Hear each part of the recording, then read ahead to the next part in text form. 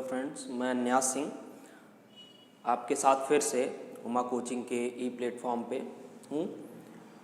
आज हम देखेंगे रियल एनालिसिस, जो हमने पिछले लेक्चर में देखा था, इंट्रोडक्शन टू इनफाइनाइट सीरीज। आज उसके क्रम में हम थोड़ा आगे बढ़ेंगे। पिछले वीडियो में कुछ लोगों ने कमेंट बॉक्स में कहा था कि सर बुक्स रिकमेंड कर दीजिएगा, तो आज पहले मैं आप लोगों को बुक्स जो रिकमेंडेड हैं उनके बारे में बता देता हूं और फिर मैं आगे बढ़ता हूं। ठीक है, तो जो बुक्स रिकमेंडेड हैं आपके लिए, उनमें सबसे पहले नंबर पे मैं कहूँगा introduction to real analysis, Robert G Bartle and Donald R शरबर्ट। ये बुक आपकी बेसिक एनालिसिस के लिए बहुत अच्छी है, क्योंकि जो इस साल हम पढ़ेंगे, जो भी कोर्स है हमारा, इनफाइनाइट सीरीज़ है आपका, रीमान इंटीग्रल है, ठीक है, तो इनकी जो बेसिक चीज़ें हैं, जो इनमें चीज़ें यूज़ होंगी, और इवन आपकी जो इनफाइनाइट सीरीज़ है वो भी है इसमें। अब इनमें यूज़ होने वाली चीज़ें जैसे लिमिट, कंटिन्यूटी, ये सारी चीज़ें हैं वो आपको इस बुक में मिलेंगी और बहुत प्रॉपर तरीके से मिलेंगी। आप इसको एक दो बार स्टडी करेंगे तो आपका जो फंडामेंटल है रियल एनालिसिस का, that will be very clear to you. और जो आप जो अगर आपको कोर कोर्स चाहिए, आपको बिल्कुल कोर्स का ही चाहिए मटेरियल, तो this is available in this book, first course in real analysis, NN Bhattacharya, written by NN Bhattacharya. ठीक है, ये छोटी सी किताब है, पतली सी, इसमें आपको बिल्कुल अपना कोर्स मिल जाएगा अवेलेबल, जैसे आपका इनफाइनाइट सीरीज, रीमान इंटीग्रल, ठीक है, ये सारी चीज़ें इसमें बिल्कुल हैं। तो आप ये बुक हो सकता है कुछ लोगों ने BSc फर्स्ट ईयर में ली हो, बहुत अच्छी बात है ली है, और अगर आपको एनालिसिस अच्छी लगती है और भी पढ़ना चाहते हैं तो आप ये बुक पहले ज़रूर पढ़ें और फिर ये आप ले लीजिए। ठीक है, और ये बुक है mathematical analysis by SC Malik, Savita Arora, ये आपकी क्वेश्चन वगैरह सॉल्व करने के लिए काफ़ी अच्छी बुक है।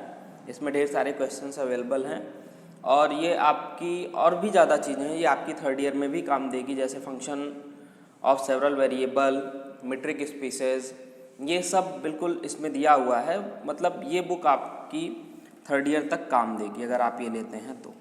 ठीक है, लेकिन जो रीमान इंटीग्रल आप पढ़ेंगे, उसका जो अप्रोच है, जो उसका कॉन्सेप्ट है, जिस पे बेस्ड है या जिस हिसाब से हमारे कोर्स में है रीमान इंटीग्रल का कॉन्सेप्ट, वो आपको इसी बुक में मिलेगी।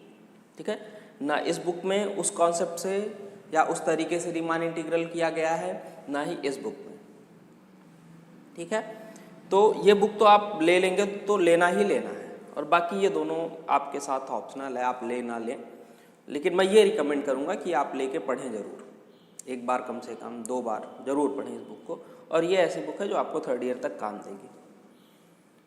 तो इच्छा हो तो आप तीनों ले लें, नहीं तो कम से कम ये बुक और ये बुक ज़रूर लें, उसको आप थर्ड ईयर में चाहिए लीजिएगा। ठीक, तो ये तीनों बुक आपके लिए ज़रूरी हैं।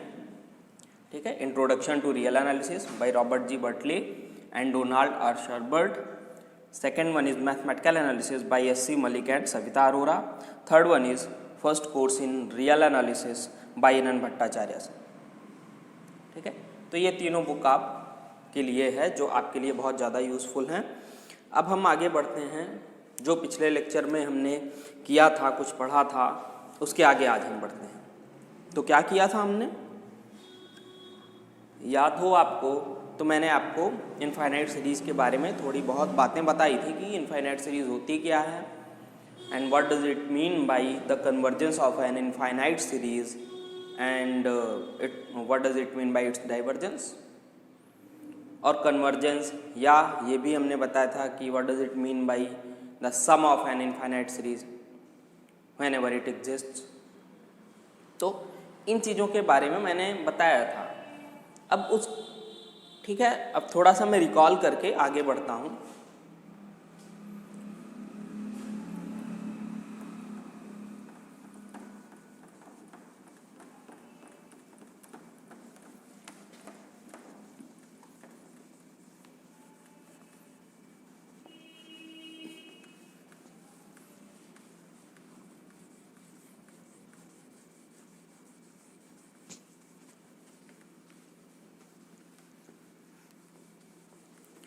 तो पिछले लेक्चर पे मैंने आप लोगों को कहा था कि आप चेक करिएगा सीरीज समेशन 1/n को, मतलब चेक क्या करना, उसको देखना था, उसकी प्रॉपर्टी देखनी थी आपको कैसी है ये सीरीज।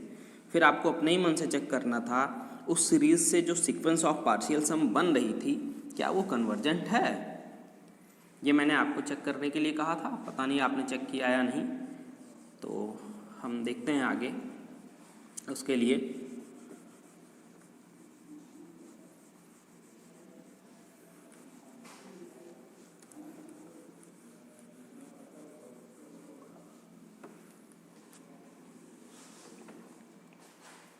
तो मैंने ये कहा था कि अगर हम कोई सीक्वेंस लें an या xn लें हम, ठीक है, ये कोई भी ले सकते हैं आप, नाम ही तो है, क्या करना है, ठीक है। नाम से थोड़ी ना गुणवत्ता बदल जाएगी किसी की, जैसे काका हाथरसी ने लिखा है, मुझे याद तो नहीं है, बट क्या होता है कि नाम से ज़रूरी नहीं है कि किसी इंसान की या किसी चीज़ की गुणवत्ता बदल जाए। बस नाम क्या है, वो रिकॉग्निशन के लिए, उसको पहचानने के लिए, ठीक है, याद रखने के लिए। तो चाहे आप यहाँ xn लिखो, चाहे an लिखो, चाहे आप कोई नाम रखना चाहो रख दो, जैसे कि कुछ भी रख दो, सैम रख दो, ये मान लो सीक्वेंस है, नाम है। अब n यहाँ पर सब्सक्रिप्ट इसलिए ले रहे हैं कि हाँ ये भाई जो n है ये n में बिलोंग कर रहा है, हर नेचुरल नंबर के कोरिस्पॉन्डिंग एक एलिमेंट मिल रहा है जिस भी सेट में हम बात कर रहे हैं सीक्वेंस की, उस सेट में। तो कुछ भी रख सकते हो आप, कुछ मजाकिया सा भी नाम रख सकते हो, whatever bet, but normally इतना ज़्यादा हम करते नहीं हैं, हमें अपने काम से काम होता है, तो कुछ भी ले सकते हैं। तो हमने ये माना कि xn क्या है, आपकी कोई सीरीज़ है, सॉरी सीक्वेंस है। अब हम क्या कहते हैं कि जो ये समेशन होगा xn n is equal to 1 to infinity, और हम ऐसे ही लिख देते हैं summation xn n belong to n, ये क्या होगी, एक सीरीज़ होगी जो कि क्या थी, x1 plus x2 plus x3 and so. मतलब इस सीक्वेंस के सारे टर्म्स का सम ले लिया हमने, ठीक है, और ऑर्डरली लिया कि x1 को पहले x2 को फिर ऐसे ऐसे। अब इसी तरीके से अगर आप देखो, हमने और भी चीज़ें इसमें डिफाइन की थी। Sn ये क्या था, x1 plus x2 plus xn, ये था nth partial sum of this infinite series. और हमने कहा था कि ये इनफाइनाइट सीरीज कन्वर्जेंट होगी या डाइवर्जेंट होगी according as the convergence of Sn और डाइवर्जेंस ऑफ Sn रेस्पेक्टिवली, ठीक है। तो क्या कहा था हमने कि जब भी ये सीरीज आपकी कन्वर्ज करेगी, कब कन्वर्ज करेगी, जब भी आपका Sn कन्वर्ज करेगा। कब डाइवर्ज करेगी, जब भी आपका Sn डाइवर्ज करेगा। तो फाइनली बात ये आ गई कि हमें Sn की ही प्रॉपर्टी चेक करनी है कि कब कब ये sequence of partial sum converge करेगी, कब कब डाइवर्ज करेगी।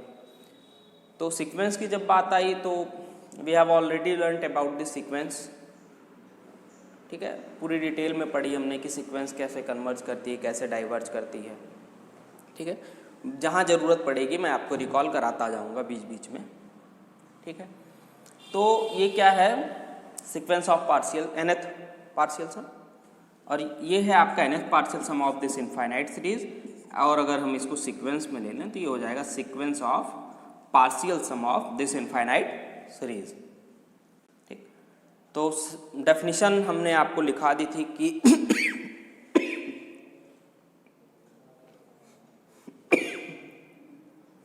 सॉरी, तो डेफिनेशन मैंने आपको लिखा दी थी कि कब कोई इनफाइनाइट सीरीज कन्वर्जेंट होगी और डाइवर्जेंट होगी, ठीक है।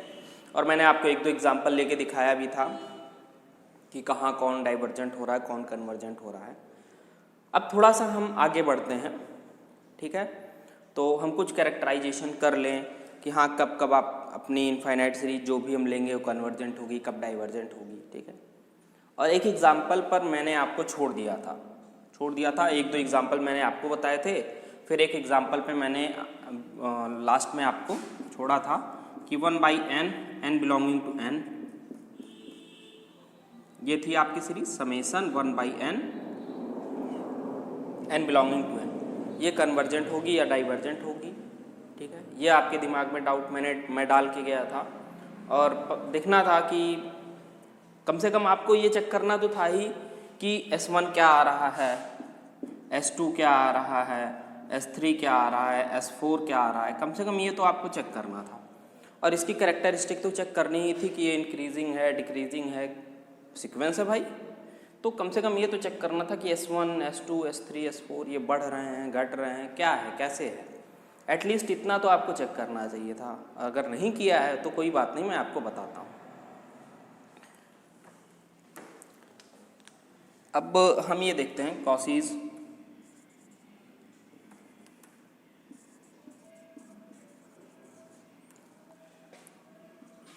प्रिंसिपल ऑफ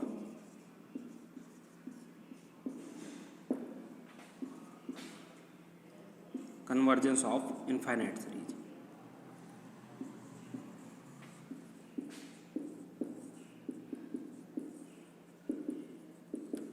इनफाइनाइट सीरीज, ठीक है, ये हम देखते हैं। अगर हमने ध्यान दिया हो तो हमारी अगर कोई भी सीरीज़ है, समेशन, जैसे अभी ये तो एग्जाम्पल है, समेशन xn है, ठीक। अब इसका क्या मिला हमें, पार्शियल सम मिला, sequence of partial sum n belonging to n। तो हमें यही चेक करना है कि ये जो सीक्वेंस ऑफ पार्शियल सम है ये कब कन्वर्जेंट है, कब डाइवर्जेंट है। अगर हमें ये चेक करना है कि ये सीरीज़ कब कन्वर्जेंट है, कब डाइवर्जेंट है, तो उसके लिए हमें इसका कन्वर्जेंस या डाइवर्जेंस चेक करना ज़रूरी है। तो देखते हैं इसके कन्वर्जेंस या डाइवर्जेंस चेक करने के लिए अगर हम देखें तो जो हमने पढ़ा था सीक्वेंस के लिए क्या होता है, कॉची का principle, Cauchy's principle of convergence for a sequence क्या है। तो कॉची का principle for a convergence of a sequence ये है कि अगर कोई भी सीक्वेंस दी है, हम लेते हैं UN, तो UN n belonging to n is convergent, ये सीक्वेंस के लिए मैं ले रहा हूँ, इज कन्वर्जेंट, ठीक है।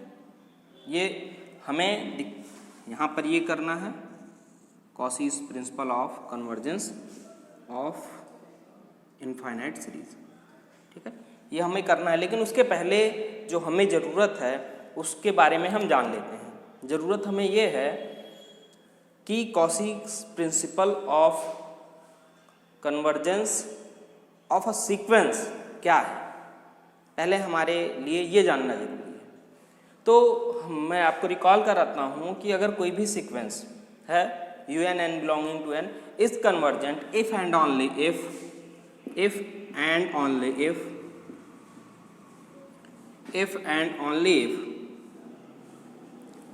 कब होगा ऐसा, UN n belonging to n is convergent if and only if for all epsilon positive there exists k belonging to n such that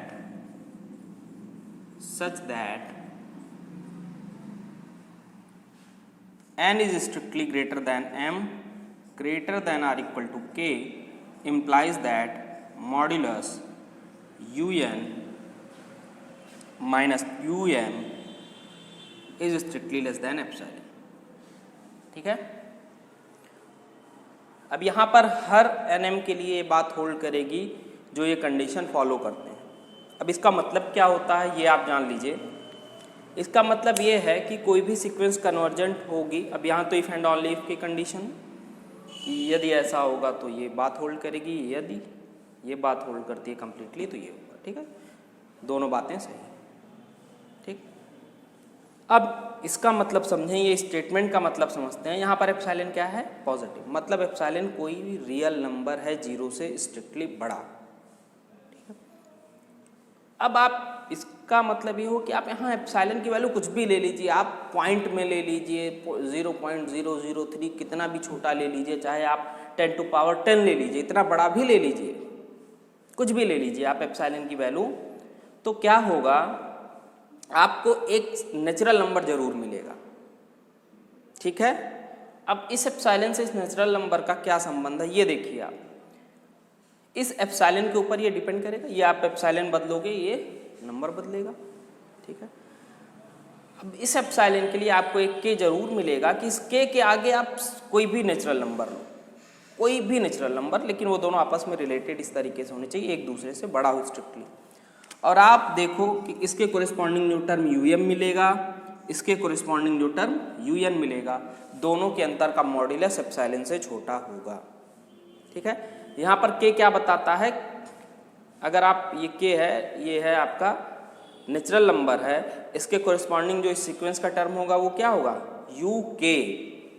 ठीक है, जैसे हमने 1/n सीक्वेंस ली तो यहाँ पर अगर k 10 होता तो इसका इस सीक्वेंस का 1/n का, इस सीक्वेंस का n बिलोंगिंग टू n, ये तो सीरीज है, इस सीक्वेंस का 10th टर्म क्या होता, अगर हम ये ऐसे ले लें uk तो इसका टर्म होता uk is equal to 1/10 u10। ठीक है, इस तरीके से होता। ठीक, अब यहाँ पर इसका मतलब ये हुआ, अब जैसे इस 10 के आगे हम क्या लें, आपका ले लें इस 10 के आगे हम मान लीजिए ले लेते हैं 12 और 11, तो यहाँ पर आप n इज इक्वल टू 12 ले लो, या 12 से आगे आप ले लो, मैं कह रहा हूँ 100 ले लो। 100 is strictly greater than 11 is greater than or equal to 10 implies that, ये हो जाएगा आपका modulus of u100 minus u11, अब ये जो भी एप्सिलॉन आए उसके लिए। ठीक है, तो ये यही कह रहा है कि अगर आप कोई भी पॉजिटिव रियल नंबर लेते हो तो उसके लिए आपको एक नेचुरल नंबर मिलेगा कि उस नेचुरल नंबर के कोरिस्पॉन्डिंग जो टर्म है उस टर्म के आगे आप कोई भी दो टर्म लोगे, उन दोनों के मॉड्यूलस का अंतर एप्सिलॉन से छोटा आएगा। तो ये बात हो गई। अब ये प्रिंसिपल हमें, ये जो आपका सीक्वेंस के लिए है, किसी भी सीक्वेंस के कन्वर्जन के लिए है ये प्रिंसिपल, अब इसे हमें अप्लाई करना है आपकी सीरीज के लिए। तो कैसे अप्लाई करते हैं, देखिए यहाँ पर आपको कुछ नहीं करना है, यहाँ पर बस आपको ये करना है, जरा सा ध्यान दीजिए, जरा सा आप ट्रांसलेट कर दीजिए बस, सीरीज un, यहाँ पर हमने xn लिया है, xn n belonging to n, n infinite series, या रुक जाइए थोड़ा सा ही देखते जाइए, n infinite series, n infinite series, ये पूरा लिख देता हूँ मैं फिर से। ठीक है, ये आप बिल्कुल ये स्टेटमेंट आप ध्यान में रखिएगा तो हम आसानी से कर पाएंगे, इसको आसानी से लिख पाएंगे, बिल्कुल आपकी आँख के सामने आ जाएगा, क्लियर हो जाएगा आपको।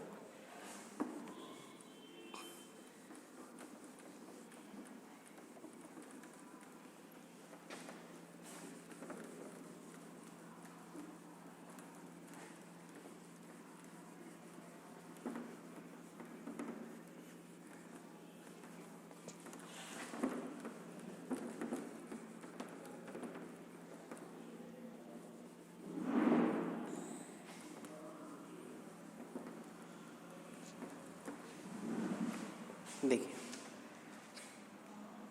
अब जैसे मैं स्टेटमेंट बाद में लिखा देता हूँ आपको, पहले आप ये देख लो। अब जैसे ये आपकी xn है, इनफाइनाइट सीरीज दी हुई है, n बिलोंगिंग टू n। ठीक है, ये आपकी इनफाइनाइट सीरीज दी हुई है, let be n infinite series. पहले आप समझ लीजिए, स्टेटमेंट में बाद में लिखा देता हूँ, बी n इनफाइनाइट सीरीज। ठीक है, कोई भी इनफाइनाइट सीरीज है, and Sn n belonging to n be sequence of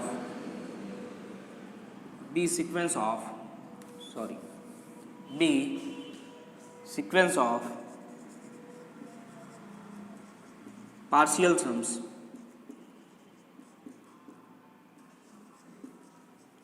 sums of the series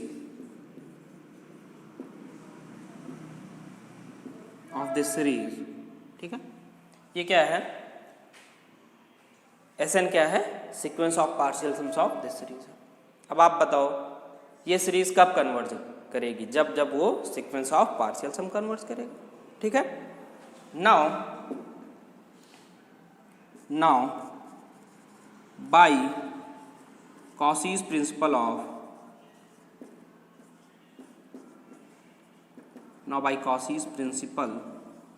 of convergence of a sequence convergence of a sequence, ठीक है, इसका यूज करना है, कन्वर्जेंस ऑफ अ सीक्वेंस। ये मैं ऊपर मिटा देता हूँ।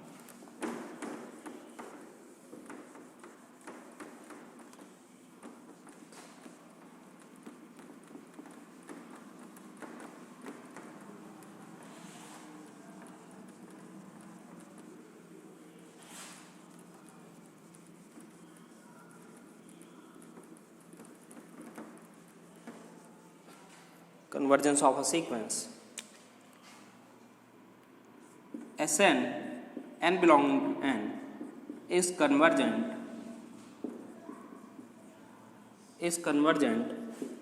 if and only if, तो इसको हम IFF भी लिख सकते हैं, if and only if, जो हम पूरी लैंग्वेज में लिखते हैं if and only if that can be written as IFF, ठीक है, इस ऐसा भी लिख सकते हैं शॉर्ट फॉर्म में, तो we will use this word instead of if and only if, ठीक है।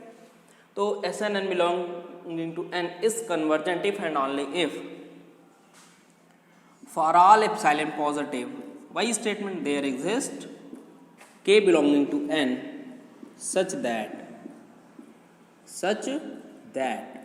क्या होगा बताइए, such that n is strictly greater than m is greater than or equal to k, ठीक है, आप ले सकते हो। This implies that modulus of Sn minus Sm is strictly less than epsilon.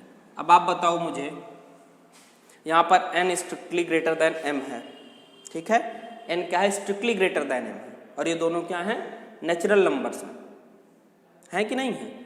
तो ये जो नेचुरल नंबर्स हैं भाई, ये तो m में आप कुछ नेचुरल नंबर जोड़ोगे, जोड़ते जोड़ते एक टाइम पे n आएगा ना। मान लो ये 10 होता, ये 20 होता, मान लो m आपका 10 होता, ये 20 होता, तो आप 10 में 1 जोड़ते, फिर 2 जोड़ते, मतलब 10 के बाद 11वां टर्म आता इस सीक्वेंस का, 12वां 13वां 14वां ऐसे ऐसे आता, तब जाके 20वां आता ना, डायरेक्ट आ जाएगा। मतलब जो Sm में टर्म होंगे ये, क्योंकि Sn क्या है, ये है sequence of partial sums of this series, तो Sn में कितने टर्म्स आएंगे, मतलब Sn इज इक्वल टू होगा आपका x1 plus x2 plus x3 plus x4 plus x5 plus x6 up to xn, ठीक है। और Sm में क्या होगा, x1 plus x2 plus x3 up to xm, क्योंकि यहाँ पर m छोटा है n से, तो Sm में नंबर ऑफ टर्म्स कम होंगे, किससे, कंपेरेबल टू Sn, ठीक है। जैसे मान लो ये यहाँ पर, ठीक है, मान लीजिए ये क्या है,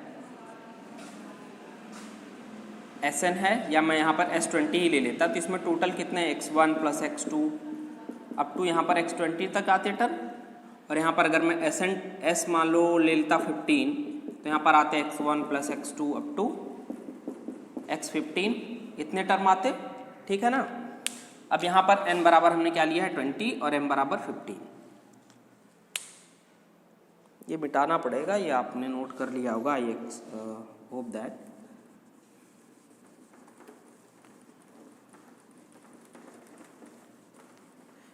छोटा सा तो बोर्ड है और मैथमेटिक्स का पेपर है, तो हमें ज़्यादा लिखना पड़ेगा।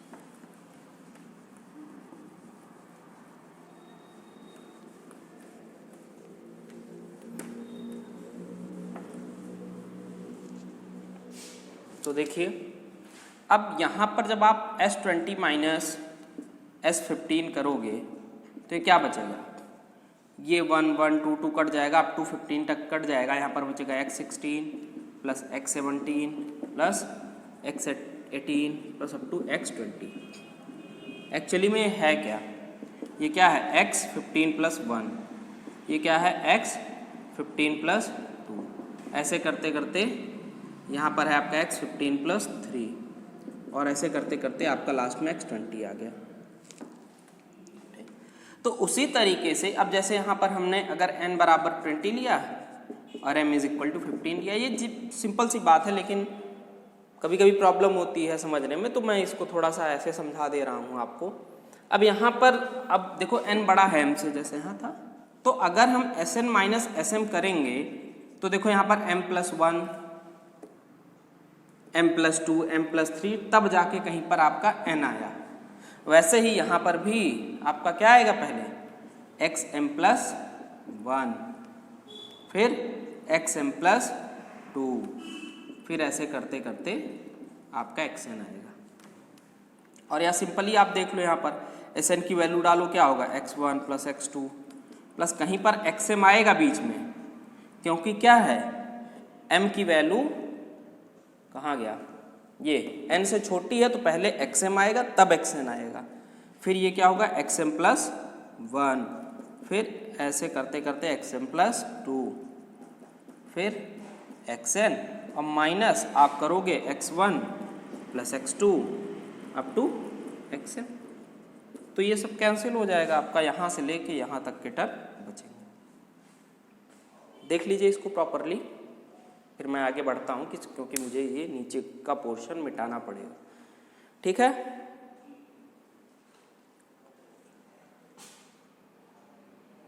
बिल्कुल आप रिकॉल करके चलिएगा, ये दिमाग में रखिएगा कि ये आपकी सीरीज है xn और ये आपका सीक्वेंस ऑफ पार्शियल सम है Sn, n belonging to n, ठीक।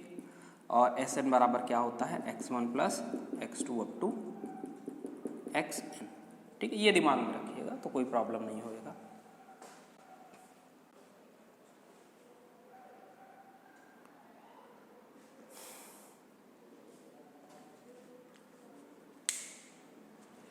ठीक, मैं मिटा देता हूँ उसे।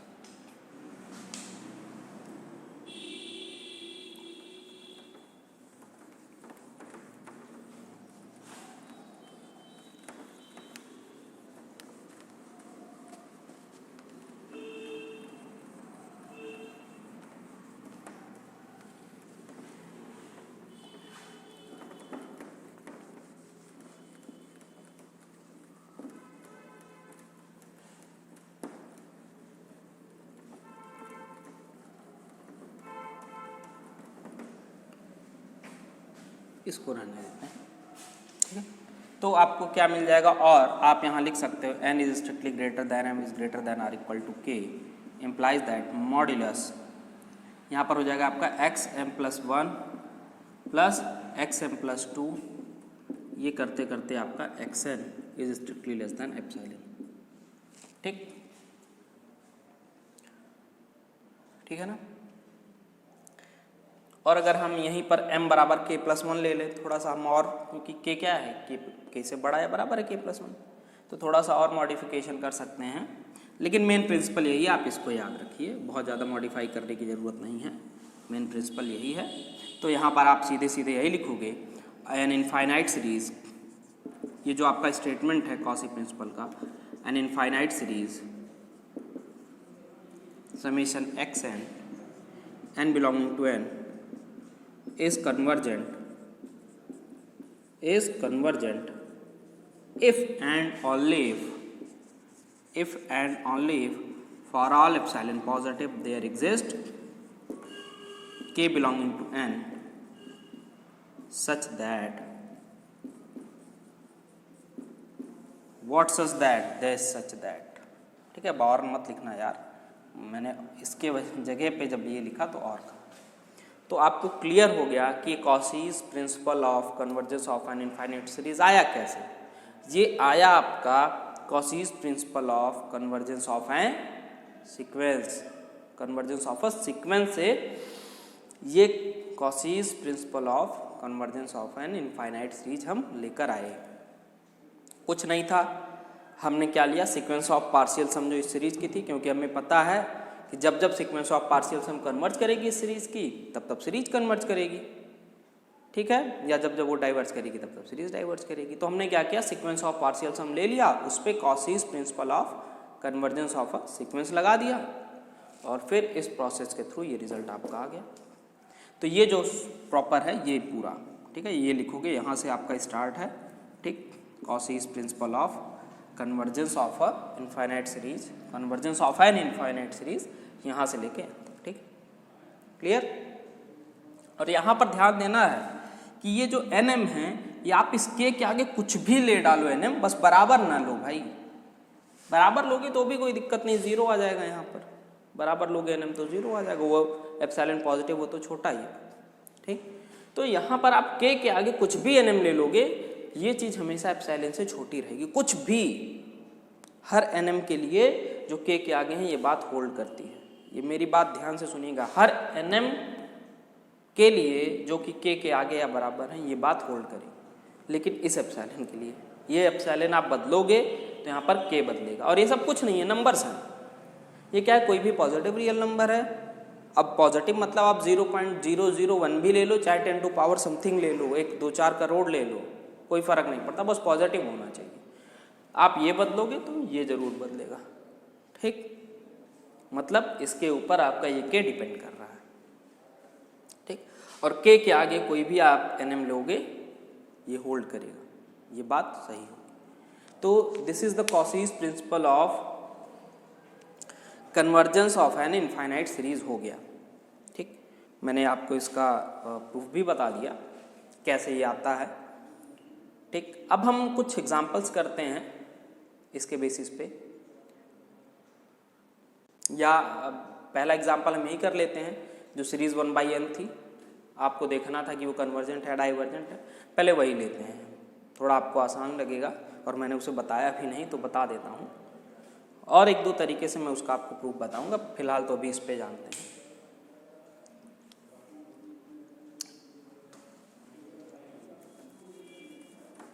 ये आप दिमाग में रखिए,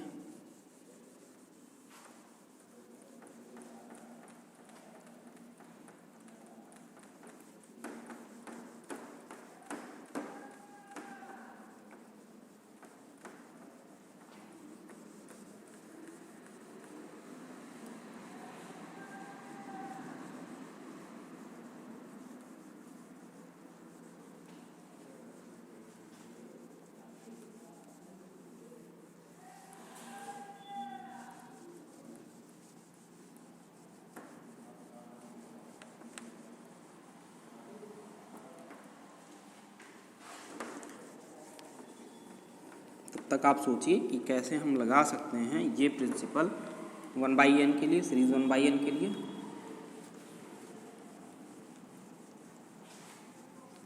तो देखिए ये है आपकी सीरीज 1/n, ठीक, 1/n, n belonging to n, ठीक। जरा सा देखिए, मैं n is equal to 2m ले रहा हूँ, ठीक, और जहाँ पर m क्या है, कोई भी नेचुरल नंबर है, कोई भी नेचुरल नंबर, ठीक है। m क्या है, let n is equal to 2m for any m belonging to n, किसी के लिए, ठीक। तो यहाँ पर s2m बराबर क्या होगा आपका, देखिए 1 + 1/2 अप टू 1/2m होगा, यहाँ 1/3 ऐसे ऐसे करते आएगा। sm क्या होगा, 1 + 1/2 ऐसे करते करते आपका हो जाएगा 1/m, ठीक है। अब s2m माइनस sm करो आप, ठीक, या सिंपली ये क्या है आपका, ये सिंपली है आपका 1/m + 1, जो अभी कॉसीज प्रिंसिपल ऑफ कन्वर्जेंस में हम कर रहे थे, ऑफ एन इनफाइनाइट सीरीज में कर रहे थे, जो Cauchy's principle of convergence of an infinite series में हम क्या कर रहे थे, मॉड्यूलस के अंदर क्या होता था, xm + 1, xm + 2, xm + 3 up to xm। यहाँ पर हमने n की वैल्यू 2m ले ली है, तो यहाँ पर क्या आएगा, ध्यान से देखो आप, ये आएगा 1/m + 1 + 1/m + 2 प्लस ऐसे करते करते 1/2m, ठीक। अब यहाँ पर अगर हम 1 की जगह पे m कर लें तो ये क्या होगा, ध्यान से देखिए आप, अगर 1 की जगह पर हम m कर लें, 2 की जगह पे m कर लें, और ये m 1 2 से बड़ा है, क्योंकि ये देखिए आगे आ रहा है, ठीक है। m कुछ भी हो सकता है, आप जो इच्छा हो ले। अभी यहाँ पर अगर 2 ही लेते तो यहीं तक रुक जाता और यहाँ पर 1/4 तक जाता। यहाँ पर m की वैल्यू अगर हम 6 लेते तो यहाँ 1 + 1/2 + 1/3 अप टू 1/6 तक जाता, यहाँ पर 1/12 तक जाता। तो m की वैल्यू कुछ भी ले सकते हो आप, कुछ भी यहाँ पर, ठीक। तो S2m - Sm बराबर ये है आपका। अब आपको सिंपल सा पता है भाई, ये आपके 2 पॉजिटिव नंबर हैं, x is strictly greater then y, यहाँ पर x और y पॉजिटिव है, ठीक है। और 1/xy भी आपका पॉजिटिव ही होगा, क्योंकि एक्स वाई पॉजिटिव हैं तो दोनों का मल्टीप्लिकेशन भी पॉजिटिव होगा, दोनों का रेसिप्रोकल भी पॉजिटिव होगा। भाई एक्स वाई पॉजिटिव है, दोनों का मल्टीप्लाई कर दिया, वो भी पॉजिटिव हो गया। अब ये पॉजिटिव है तो क्या इसका रेसिप्रोकल 1/xy पॉजिटिव नहीं होगा? ये भी होगा। अब 1/xy से दोनों तरफ मल्टीप्लाई कर दो आप, ठीक है। 1/xy से करना है तो क्या बचेगा यहाँ पर? यहाँ पर बचेगा आपका 1/y is greater then 1/x। तो देखो क्या हो गया, बिल्कुल पलट सा गया। अब 1/y किया आपने तो ये बड़ा हो गया 1/x से। अभी क्या था, x बड़ा था y से, आपने रेसिप्रोकल किया तो 1/y बड़ा हो गया 1/x से। अब आप बताओ m+1 छोटा है m+m से कि नहीं है, क्योंकि m बड़ा है 1 से यहाँ पर, तो इसका रेसिप्रोकल करेंगे तो क्या हो जाएगा 1। This implies that is greater then 1/m+m मतलब 2m। तो अगर हम 1/m+1 को रिप्लेस करना चाहें 1/2m से तो यहाँ क्या होगा, ये स्ट्रिक्ट इनइक्वलिटी लग जाएगा, this is greater then 1/2m। अब इसी तरीके से m+2 को भी हम रिप्लेस करना चाहें, यहाँ पर आप m+2 कर दो, यहाँ पर 2 कर दो बस, ठीक। तो यहाँ पर भी क्या हो जाएगा +1/2m। इसी तरीके से लास्ट तक 1/2m। अच्छा ये टोटल कितने टर्म्स हैं, 1 2 और फिर लास्ट में कितना जुड़ा है इसमें m+m, m टर्म्स है भाई। पहला टर्म में 1, दूसरे टर्म में 2, तीसरे टर्म में m+3, चौथे टर्म में m+4 और लास्ट वाले टर्म में 1+m। तो मतलब टोटल कितने टर्म हो गए यहाँ पर, m पहला टर्म, 2 टर्म, 3 टर्म, 4 टर्म, इसी तरीके से m टर्म, क्योंकि लास्ट वाले में m+ दिखना चाहिए आपको, इसलिए मैं बता रहा हूँ। तो ये टोटल क्या हो गए 1/2m + 1/2m + 1, ये बड़ा हो गया। अब टोटल इनको जब आप ऐड कर लोगे तो ये हो जाएगा m/2m, m से m कैंसिल ही हो गया 1/2। अब आप सोचोगे मैंने इतना ये क्यों किया, इसका क्या उद्देश्य है, ठीक। तो आप अगर ध्यान दें तो यहाँ पर क्या हो रहा है आपका,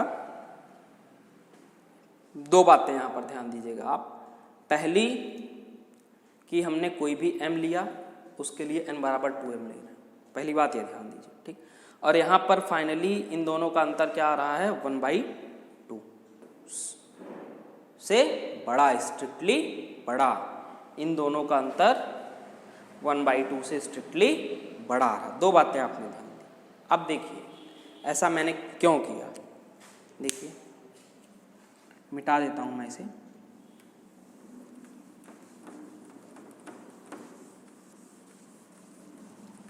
अच्छा हाँ, पिछले में किसी ने कहा था, पिछले वीडियो में किसी ने कमेंट किया था कि सर सिलेबस पे कब आएंगे, कोर सिलेबस पे। तो ये कोर सिलेबस ही चल रहा है, ठीक है,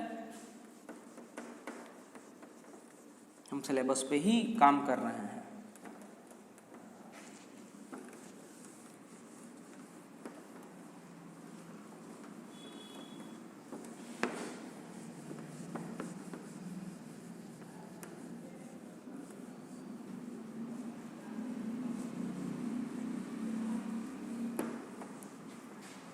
देखिए अब जो आपका कॉशीज प्रिंसिपल ऑफ कन्वर्जेंस था उसमें क्या था कि, ध्यान से सुनिएगा मेरी बात, a series xn is convergent if and only if for all epsilon positive, for all epsilon positive, ध्यान से देखिएगा, for all epsilon positive there exist k belonging to n such that, ध्यान से देखिएगा मेरी बात को, such that n is strictly greater than m is greater than or equal to k implies that modulus of xm + 1 plus xm plus 2 up to xn is strictly less than epsilon, या इसी को आप कहते हो वही चीज़ है, फिर से मैं लिख देता हूँ Sn minus Sm is strictly less than epsilon. अगर ऐसी कंडीशन होल्ड कर रही है तो सीरीज कन्वर्जेंट होगी, और अगर ये नहीं होल्ड करती है तो सीरीज क्या होगी, डाइवर्जेंट होगी। ठीक है ना, क्योंकि इफ एंड ओनली इफ था। सीरीज कन्वर्जेंट इम्प्लाइज दिस, या ऐसा कहूँ series convergent implies and implied by this. अगर सीरीज कन्वर्जेंट होगी तो ये कंडीशन होल्ड करेगी, अगर ये कंडीशन होल्ड करेगी तो सीरीज कन्वर्जेंट होगी। ठीक, अब इन दोनों स्टेटमेंट का कंट्रापॉजिटिव क्या है, जैसे ये लिखा है negation A implies and implied by B. अब कंट्रापॉजिटिव इसका क्या, निगेशन है implies and implied by negation. मतलब अगर ये नहीं होल्ड करेगा तो ये भी होल्ड नहीं करेगा, ये होल्ड नहीं करेगा तो ये भी होल्ड नहीं करेगा। ठीक, अगर ये सही है ये, तो अगर ये कंडीशन होल्ड ना करे तो सीरीज क्या होगी, डाइवर्जेंट। और सीरीज ये कंडीशन ना होल्ड करने का मतलब इस पूरे स्टेटमेंट का निगेशन, इस पूरे के पूरे स्टेटमेंट का निगेशन।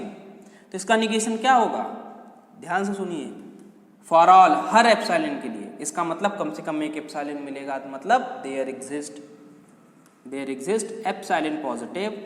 अब वो एप्सिलॉन क्या होगा, बात की बात है, there exist epsilon positive such that for all K, कुछ भी आप के लिए डालो, कुछ भी के लिए डालो, एक आपको एप्सिलॉन जरूर मिलेगा, के बिलोंगिंग टू एन, एंड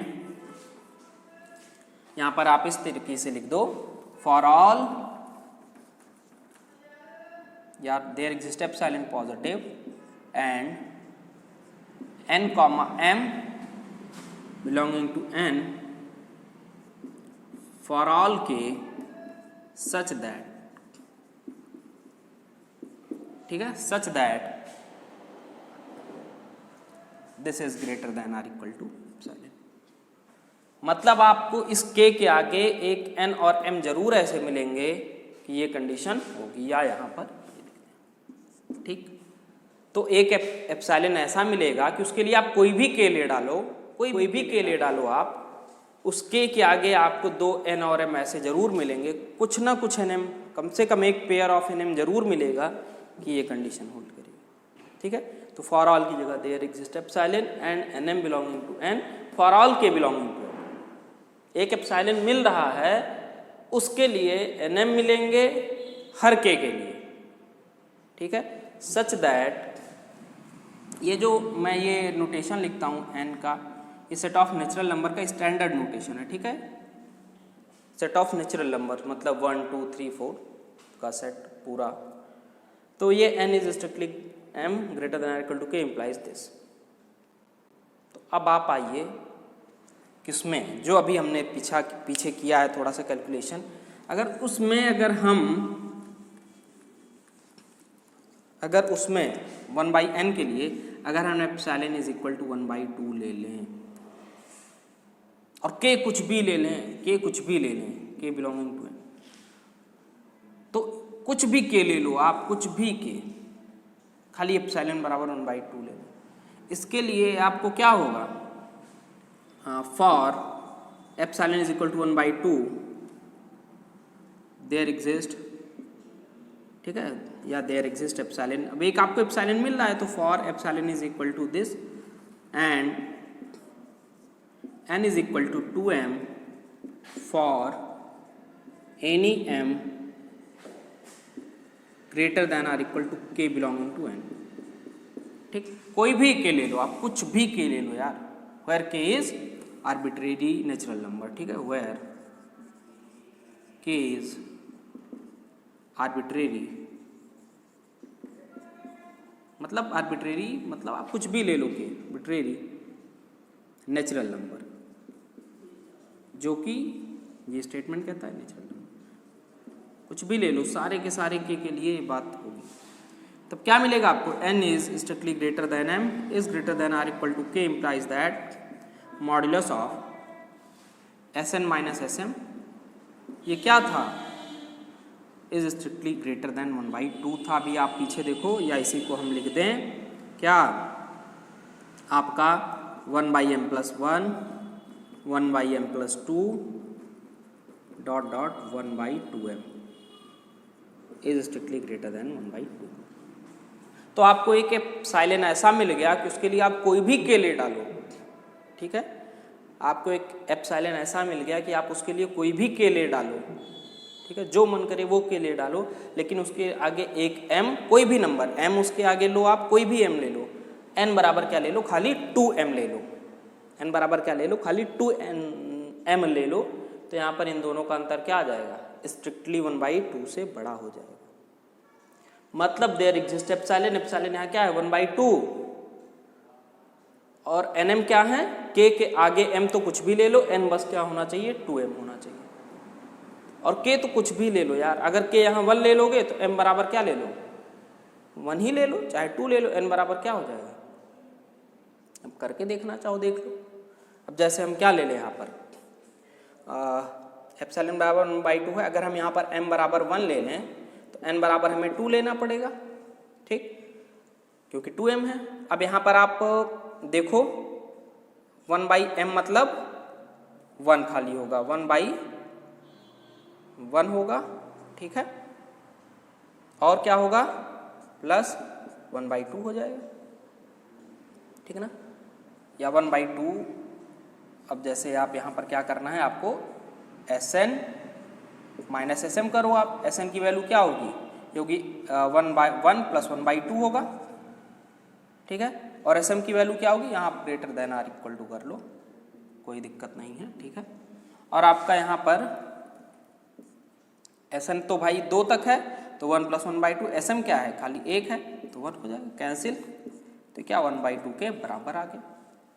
इसी तरीके से आप चाहो m बराबर मैं कह रहा हूँ आप ले लो 4 ले लो, n बराबर आपका 8 हो जाएगा, तो जब घटाओगे तो आप क्या बचेगा 1/4 प्लस 1 प्लस 1/4 प्लस 2 करते करते आपका यहाँ पर आएगा 4 प्लस 2 4 प्लस 1, ऐसे करते करते आपका आएगा प्लस 1/8। अब इसको जोड़ के देखो, ये greater than or equal to 1/2 आएगा, ठीक।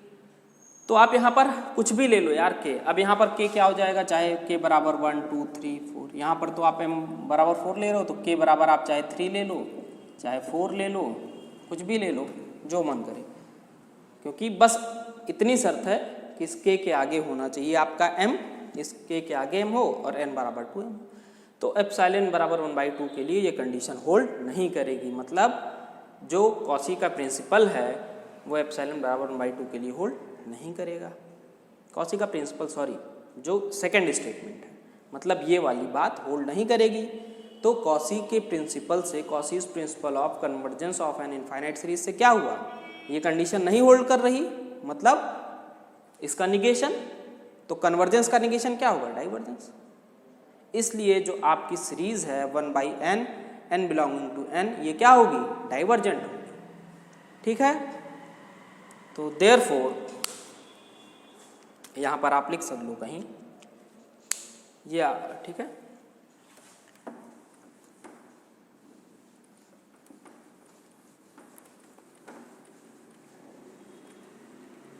देयरफॉर ये नीचे का therefore series 1/n, n belonging to n is convergent, ठीक, सॉरी डाइवर्जेंट होगी, इज डाइवर्जेंट। और कैसे मिला हमको, ये Cauchy's principle of convergence of a infinite series, convergence of an infinite series से मिला। ये हमने जो ये वाला स्टेटमेंट था इसी का निगेशन हमको मिल गया, इसका मतलब सीरीज आपको क्या होगी, डाइवर्जेंट हो गई। अब एक चीज़ और थोड़ा सा हम कर लेते हैं, फिर आगे बढ़ते हैं। Necessary condition for convergent of a series. तो ये वाली सीरीज आपको क्या मिली, डाइवर्जेंट मिली, ये याद रखिएगा। अभी इस पे एक क्वेश्चन मैं आपको देता हूँ करने के लिए।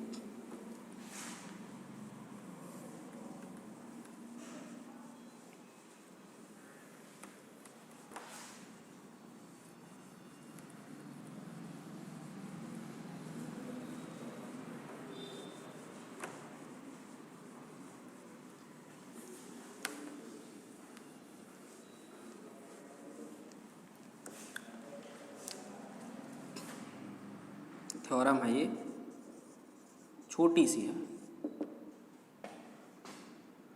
अ सीरीज, या ऐसे लिखो, if a series, if an infinite series, summation xn n belonging to n is convergent,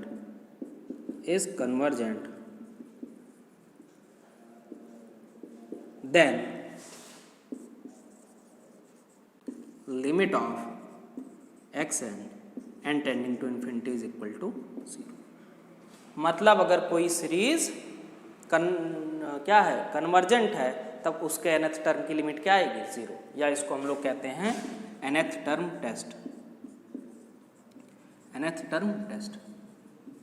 इसको हम लोग ये भी कहते हैं nth टर्म टेस्ट या necessary condition for a convergent of A series. Normally ये ज़्यादा सबसे अच्छा आप इस नाम से जानो, nth टर्म टेस्ट। ये क्या कहता है, अगर कोई सीरीज कन्वर्जेंट है, कोई इनफाइनाइट सीरीज कन्वर्जेंट है, then the limit of its nth term will be 0। Proof कर लेते हैं हम लोग। Let Sn n belonging to n is sequence of partial sums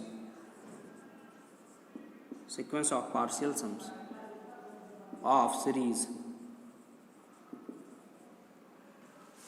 un xn n belonging to n। अब आप मान लो ये सीरीज कन्वर्जेंट है, तो ये सीरीज कन्वर्जेंट होगी तो इसका कुछ सम आएगा, वो सम क्या होगा, मान लेते हैं s होगा, और वो क्या है, एक्चुअली में इसकी लिमिट है। ठीक, तो लिखते हैं हम लोग, ये आप नोट कर लीजिए, एंड यहाँ पर लिखो, and xn n belonging to n is convergent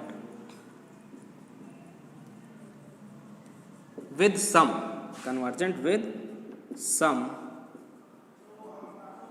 s। तो इसका सम क्या है, s है, दैट इज,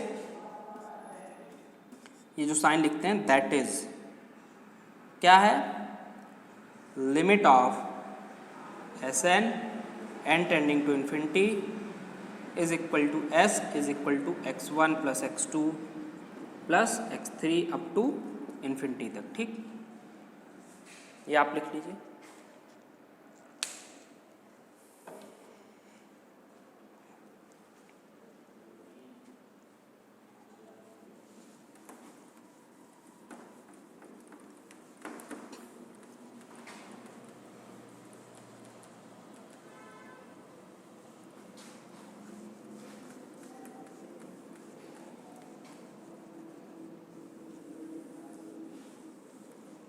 ठीक है, सिंस Sn माइनस वन, ये क्या आएगा भाई, Sn में कहाँ तक है, x1 plus x2 up to xn minus one, मतलब प्लस xn।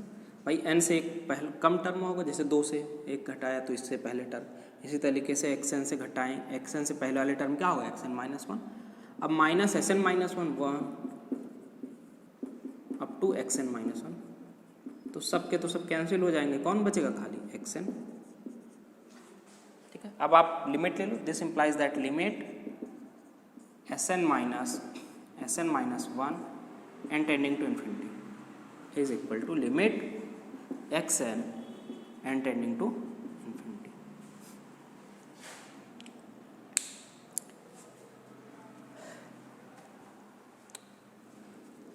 अच्छा, एक बात बताइए, क्योंकि Sn की लिमिट एग्जिस्ट कर रही है और s है, इसलिए लिमिट इसके पास अंदर चली जाएगी और इसके पास, दोनों की लिमिट क्या आएगी भाई, ये हो जाएगा finally limit n tending to infinity Sn minus limit Sn minus one n tending to infinity is equal to limit xn n tending to infinity. भाई जब Sn की लिमिट आ रही है तो एक टर्म कम ही तो क्या, उससे क्या फ़र्क पड़ेगा, तो इसकी भी लिमिट क्या आएगी s और इसकी भी लिमिट s। ठीक, और फिर s minus s 0।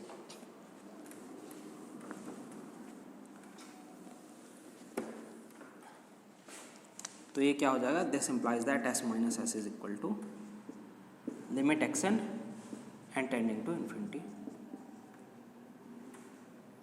This implies that limit X N and tending to infinity is equal to. ठीक, तो हमें क्या मिल गया कि अगर कोई इनफाइनाइट सीरीज कन्वर्जेंट है तब उसके nth टर्म की लिमिट 0 आएगी. क्या इसका कन्वर्ट सही है, ये आपके दिमाग में आना चाहिए डाउट. ये मैं आज नहीं बताऊंगा, आपको नेक्स्ट लेक्चर पे बताऊंगा. लेकिन आपको सोचना है क्या इस रिजल्ट का कन्वर्ट सही है, और अगर हाँ तो प्रूफ सोचिए, और अगर नहीं तो एक काउंटर एग्जाम्पल बताइए कि एक ऐसा सीरीज मिल रहा है जिसकी nth टर्म की लिमिट 0 आ रही है लेकिन वो सीरीज कन्वर्जेंट नहीं है, या तो ये बताइए. ठीक है, तो इसका कन्वर्ट सही है या नहीं ये मैं आपके ऊपर छोड़ता हूँ. ठीक है, डाउट है थोड़ा सा, आप सोचिएगा, मैं नेक्स्ट लेक्चर पे बता दूंगा. जैसे मैंने आपके मन में डाउट छोड़ा था पिछले लेक्चर पे कि 1/n कन्वर्जेंट है डाइवर्जेंट है, मैंने छोड़ा था, आपने पता नहीं सोचा कि नहीं, लेकिन मैंने इस लेक्चर में उसे बताया कि वो डाइवर्जेंट होता है. ओके, अब थोड़ा सा इसका यूज़ क्या है हम ये देख लेते हैं.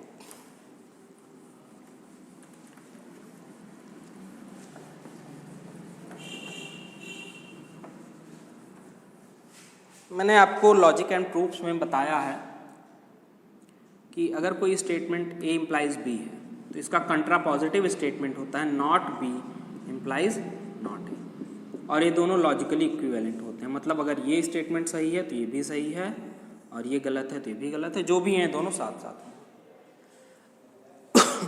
जो अभी हमने स्टेटमेंट देखा, series X N N belonging to N is convergent, भाई इसका मतलब ये होता है इफ ए देन बी. यही तो मतलब होता है इस पूरे स्टेटमेंट का. इसको लैंग्वेज में लिखें चाहे सिंबॉलिक फॉर्म में लिखें, तो N belonging to N X N is convergent implies limit xn is and tending to infinity is equal to. अब इसका ये स्टेटमेंट ये वाला हो गया ये. अब इसका कंट्रा पॉजिटिव क्या होगा, देखो आप, limit xn not equal to 0, और ये स्टेटमेंट सही है क्योंकि अभी हमने प्रूफ करके देखा है कि ये स्टेटमेंट सही है. इसका मतलब इसका कंट्रा पॉजिटिव भी सही होगा, और इसका कंट्रा पॉजिटिव क्या होगा ये. अब इसको हम ट्रांसलेट करते हैं, मतलब नॉट बी मतलब ये 0 के बराबर ना हो, not equal to 0 implies that इसका निगेशन क्या होगा, कन्वर्जेंट का negation divergent. Summation X N N belonging to N is divergent. मतलब अगर किसी भी गिवन सीरीज के nth टर्म की लिमिट 0 नहीं आती है तो वो सीरीज आपकी क्या होगी, डाइवर्जेंट होगी. एक एग्जाम्पल हम देख लेते हैं. ये देखिए आप, ये सीरीज दिया हुआ है n+1/n n belonging to n. तो यहाँ पर xn बराबर क्या है n+1/n, और लिमिट क्या आएगी इसकी, limit n tending to infinity is equal to 1 आएगी. Limit xn is equal to 1 not equal to 0. Therefore this series is divergent. ये सीरीज आपकी क्या हो जाएगी, डाइवर्जेंट सीरीज हो जाएगी by the nth term test. ठीक, अब आप ये सोचिएगा कि nth टर्म टेस्ट का कन्वर्ट सही है या नहीं. सही है तो उसका प्रूफ आप सोचिएगा, गलत है तो उसका एक काउंटर एग्जाम्पल आप रखिएगा कि एक ऐसी सीरीज मिल रही है